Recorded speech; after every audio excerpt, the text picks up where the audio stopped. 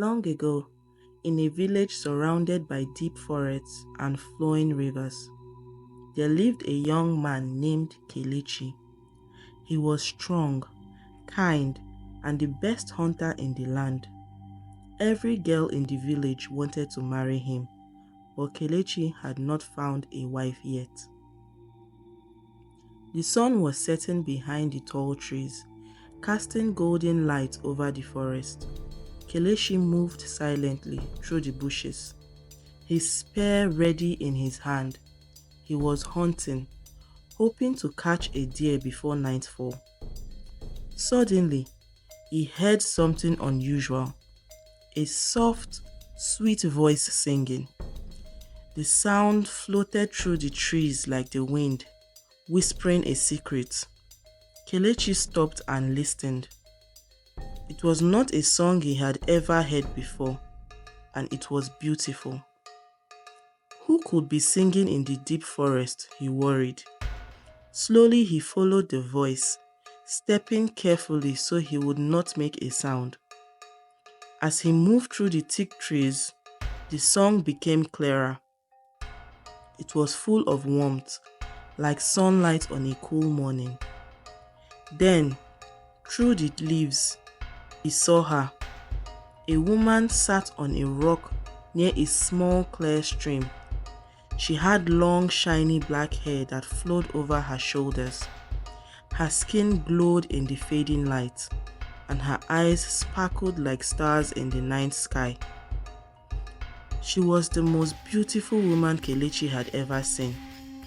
His heart beat faster. He forgot about hunting. He forgot about everything. All he could do was stare at her. The woman must have heard Kelechi because she turned to look at him. Her eyes met his and she smiled. "Who are you?" Kelechi asked, stepping closer. "My name is Nnenna," she said.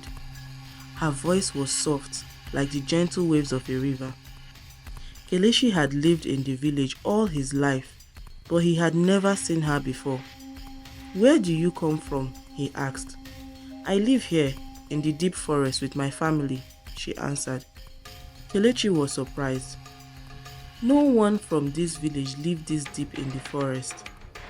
But there was something magical about Nnenna, something that made him feel safe, even though she was a stranger. "You are very brave to stay in the forest," Kelechi said. "There are wild animals here." Nnenna laughed, a sound as sweet as her singing. "The forest is my home. It does not scare me," Kelechi smiled. He liked her courage. He sat on a rock beside her, and they talked as the sun disappeared behind the trees. They talked about everything: the stars in the sky, the river that flowed through the forest, the animals that roamed in the night. Kelechi felt as if he had known her forever. When the moon rose, Nnenna stood up. "I must go now," she said. "Will I see you again?" Kelechi asked quickly. He did not want to leave her. Nnenna smiled. "Come back tomorrow and I will be here." With that, she turned and disappeared into the trees. Kelechi sat there for a long time, staring at the place where she had been. He had come to the forest to hunt, but instead, he had found something much greater: a woman who had captured his heart. From that day on, Kelechi returned to the forest every evening, and every evening, Nnenna was there waiting for him. They sat by the stream and talked for hours.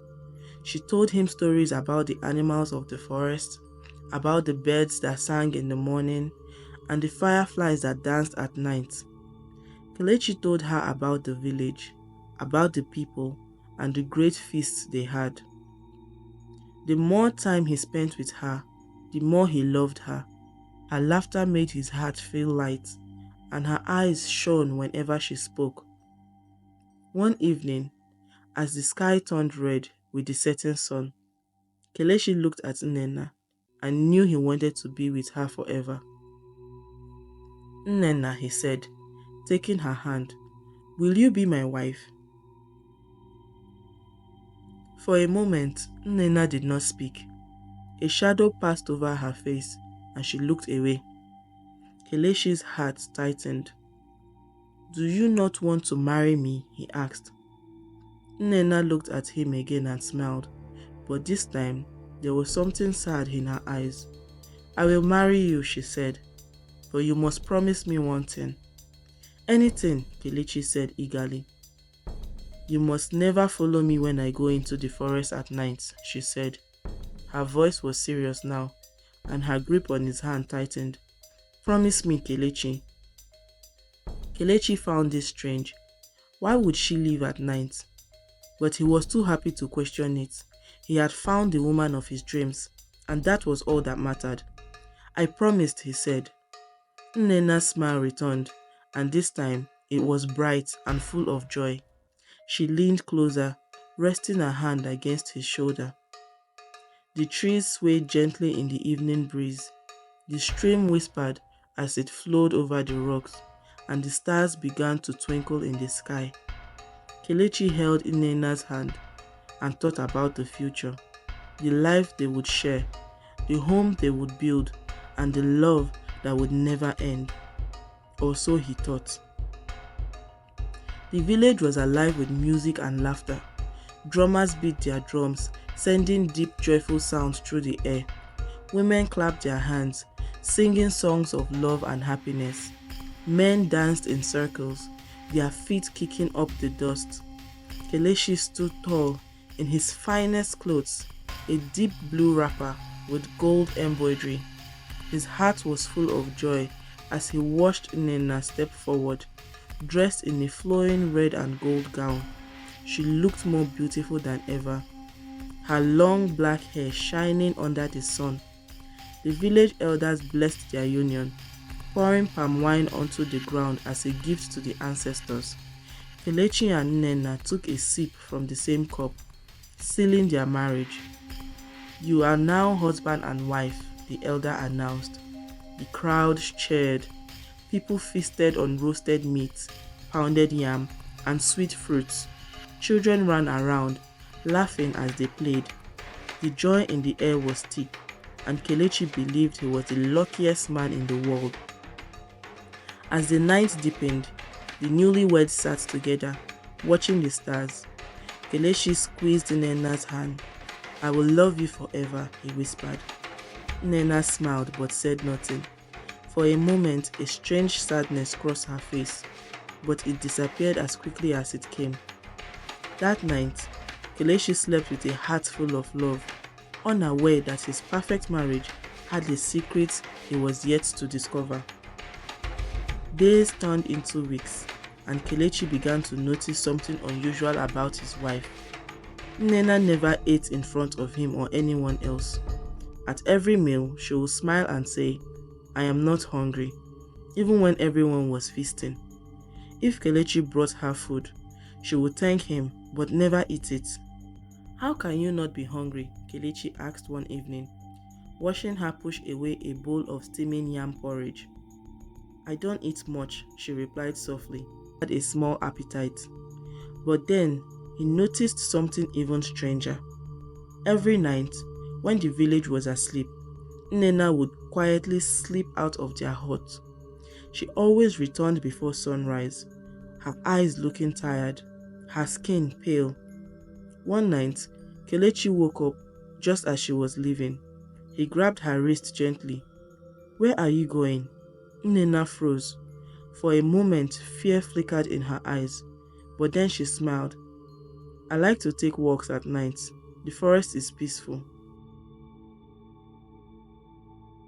But it is dangerous, Kelechi said, worried. I have lived in the forest all my life, she reminded him. It is my home. Kelechi hesitated, but then let go. He had promised not to question her nighttime disappearances. Still, a small voice in his heart whispered that something was not right. One evening, Kelechi sat outside with his mother, Mama Ifoma. She was a wise woman with sharp eyes that missed nothing. Son, she began, her voice serious. There is something strange about your wife. Kelechi frowned. Mama, Nnenna is a good wife. She is kind and loving. Mama Ifeoma nodded. Yes, but she hides things from you. Have you not noticed? She does not eat. She disappears at night. A good wife does not keep secrets from her husband. Kelechi sighed. He had noticed, but he did not want to believe that anything was wrong. Follow her one night, his mother continued. See where she goes. Kelechi shook his head. I promised her I would never follow her into the forest. Mama Ifeoma's eyes narrowed. Then ask yourself, why would a wife make such a promise? What is she hiding? Kelechi had no answer. That night, as he lay beside Nnenna, waiting for her to leave again, his mind was troubled. His mother's words echoed in his head. Curiosity burned inside him. He had to know the truth. Would breaking his promise destroy his love or save him from something terrible? He would soon find out. The night was quiet, with only the sound of crickets and rustling leaves filling the air. Kelechi lay still in his hut, his heart pounding as he waited. His wife, Nnenna, lay beside him, breathing softly. For weeks he had watched her leave every night. Tonight, he would follow her. Slowly, Nnenna sat up. She looked at him for a moment, making sure he was asleep. Then, she slipped out of the hut, her steps as light as a whisper. Kelechi counted to 10, then rose carefully. He moved quickly but quietly, following her shadow as she disappeared into the dark forest. Nnenna walked fast, her bare feet barely touching the ground. Kelechi had hunted in these woods many times, but tonight the forest felt different. The trees seemed taller, the shadows darker, the wind colder. Where is she going? Kelechi wondered. He stepped carefully over roots and rocks, making sure she did not hear him. Deeper and deeper they went, past the places he knew, into a part of the forest he had never seen before. Then suddenly, Nnenna stopped. Kelechi ducked behind a tree, holding his breath. Before them lay a wide, silver river, its surface shining under the full moon. Kelechi watched as Nnenna stepped closer to the water, her long hair flowing behind her like a dark river. His heart pounding. Something was not right. And then he saw it. Nnenna stood at the edge of the river and slowly removed her wrapper. Kelechi's mouth went dry. Then, before his eyes, something impossible happened. Her legs began to change, fusing together like melted wax. Her skin shimmered, turning smooth and scaly. Her arms grew thinner, her fingers stretching into long, sharp claws.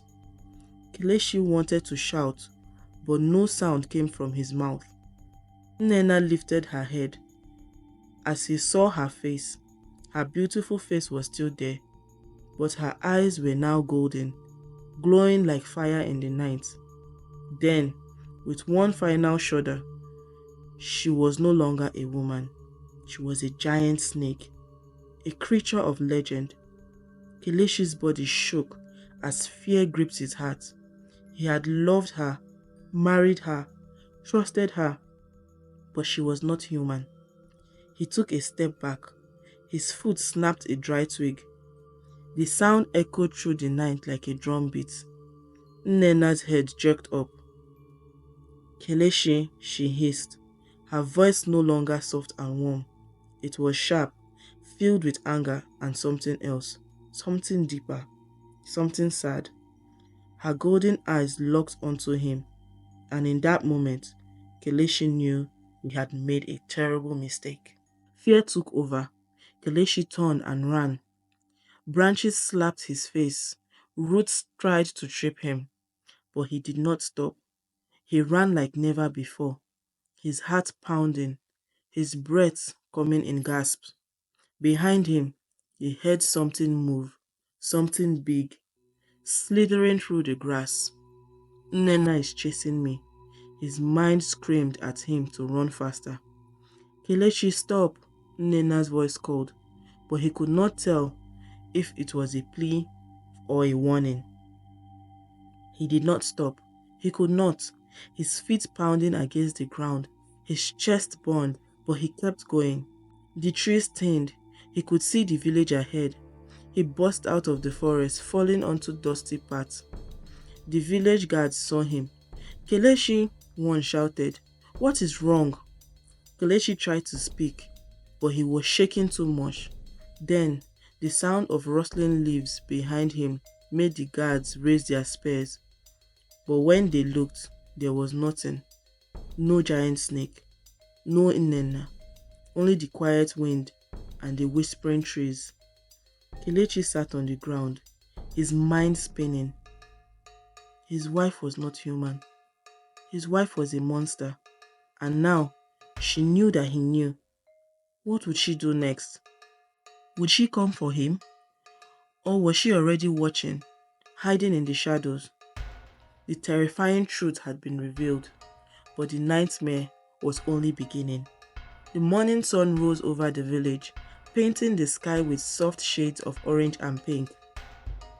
Birds chirped in the trees, and the sound of villagers starting their day filled the air. But inside Kelechi's hut, there was only silence. Kelechi sat on the edge of his mat, his hands gripping his knees. He had not slept. His mind kept replaying what he had seen. The river, the transformation, the golden eyes of giant snake that had once been his wife. Then, the door cracked open. Nnenna stepped inside, her bare feet making no sound on the floor. She looked as she always did, beautiful, graceful, her dark eyes filled with warmth.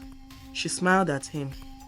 Good morning, my husband, she said softly, as if nothing had happened. Kelechi stared at her. How could she act normal? Did she think he had not seen? His mouth felt dry. He could not speak. I made you something to eat, Nnenna continued, placing a wooden bowl on the small table. The smell of hot yam porridge filled the room. Kelechi. Nnenna frowned. Are you not hungry? Kelechi swallowed hard. His wife, the woman he had laughed with, danced with and loved, was not human. He suddenly felt cold, even though the sun was shining outside. Without a word, he stood up and walked past her, leaving the hut. He needed to think. He needed answers. Kelechi found his mother, Mama Ifoma, sitting outside her hut, weaving a basket. When she saw his troubled face, she put her work aside. What is wrong, my son? She asked. Kelechi sat beside her and took a deep breath. Then, in a shaky voice, he told her everything. How he had followed Nnenna, what he had seen at the river, how she had turned into a giant snake. Mama Ifoma's hand trembled as she clutched her chest. The gods protect us, she whispered. She's not human, Mama, Kelechi said, his voice hollow. Mama Ifoma's eyes darkened. We must leave her, before she harms. Kelechi flinched. But she has never hurt me, he argued. She has never done anything to harm anyone. Not yet, his mother said sharply. She hid the truth from you. If she could lie about who she really is, what else is she hiding? Kelechi felt torn. His heart ached at the thought of leaving Nnenna. She had been a wonderful wife, gentle, kind, and full of love.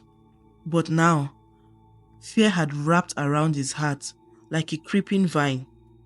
Could he live with a wife who was part snake? Could he sleep beside her, knowing what she became at night? You must decide, Kelechi, his mother said, her voice softer now. Do you trust her, or will you wait until it is too late? Kelechi closed his eyes. He did not know the answer, but that night he was going to find out. As darkness fell, Kelechi sat inside his hut, waiting for Nnenna. His hands were clenched into fists, his heart pounding. When she finally entered, he stood up. "I know your secret," he said quietly. Nnenna froze. The smile on her face vanished. Kelechi took a step closer. "I saw you last night. I followed you to the river. I saw what you became." Nnenna's lips parted, but no words came out. Her hands trembled. "You lied to me," Kelechi continued, his voice filled with hurt. "Why did you not tell me?" Tears welled up in Nnenna's eyes. She turned away, hugging herself, as if trying to make herself smaller. "I was afraid," she whispered. "Afraid you would leave me. Afraid you would hate me." Kelechi felt something crack inside him. "I was born this way," Nnenna said, her voice heavy with sadness. "A woman by day, a snake by night. It is the curse I carry. But I love you, Kelechi. I have never harmed you. I have never harmed anyone." Kelechi's heart ached at her words. He had spent so many nights with her, sharing laughter, love, and dreams. Could he really turn away now? But fear whispered in his mind. "She's not like you. She's not human." "Does my secret change the love we share?" Nnenna asked, stepping closer. Her eyes, still warm, still filled with love, searched his. Kelechi did not know how to answer. He wanted to believe her. He wanted to trust her. But deep down, something inside him had already begun to pull away. That night, as Nnenna lay beside him, Kelechi could not sleep. For the first time since their wedding, he felt like a stranger in his own home. And he did not know if things would ever be the same again. The days passed slowly, but Kelechi could feel the change in the air. The village was no longer the same. People whispered when he walked by. Mothers pulled their children closer. Some villagers no longer greeted him with warmth. Then, one evening, the village elder called a meeting in the village square. The large fire crackled in the middle, casting long shadows on the worried faces of the people gathered there. Kelechi stood near the back, his heart pounding. The oldest elder, Papa Udo, stood up and cleared his throat. "We have heard troubling news," he began. "Kelechi's wife, Nnenna, is not one of us." Murmurs spread through the crowd. "She is a snake," one man shouted. "A spirit," another woman cried. "She must leave before she brings misfortune upon us all," Papa Udo declared. Kelechi stepped forward. "She has done nothing wrong," he argued. "She has lived among us peacefully. She is my wife, and she has never harmed anyone." But the people shook their heads.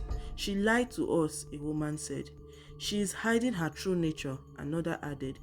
"She is a danger," an elder said firmly. Kelechi's hand clenched into fists. He wanted to fight for Nnenna, but deep in his heart, he knew the truth. Fear had already won. Kelechi returned home to find Nnenna sitting outside their hut, her hands folded in her lap. She looked up at him, her eyes red from crying. "I heard what they said," she whispered. Kelechi sat beside her. He did not know what to say. Nnenna took a shaky breath. "I never wanted to hurt you, Kelechi. I never wanted to hurt anyone." Tears burned in his eyes. "I know.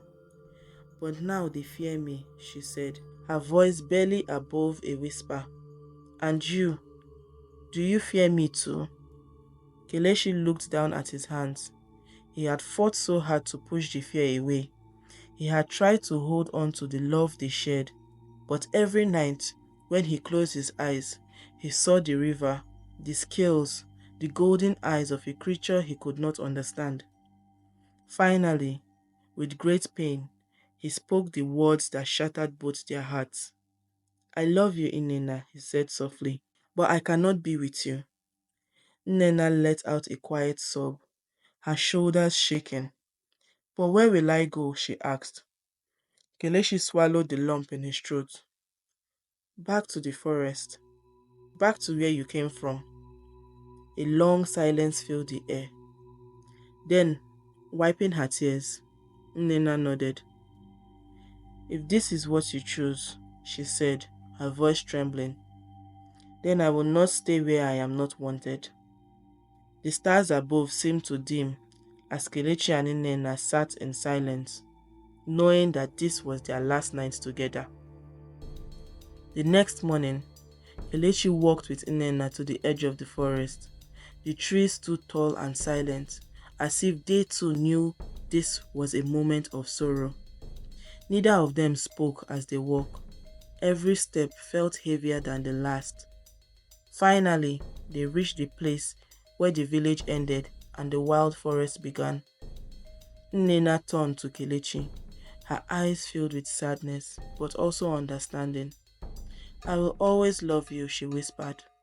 Kelechi's throat tightened. And I will never forget you. For a moment they stood there, their hands almost touching, but neither of them reached out. Then, with a deep breath, Nnenna turned and walked into the forest. Kelechi watched her go, his heart breaking with every step she took. She did not look back, and then she was gone. The wind rustled the leaves, the river flowed in the distance, and the world moved on. But Kelechi stood frozen, staring at the place where she had disappeared. He had done what he thought was right, but as he walked back to the village, he knew that a part of him was lost forever. Even years later, whenever he stood by the river, he would hear the wind whisper her name, Nnenna, and he would wonder if love and fear could ever truly live in the same heart.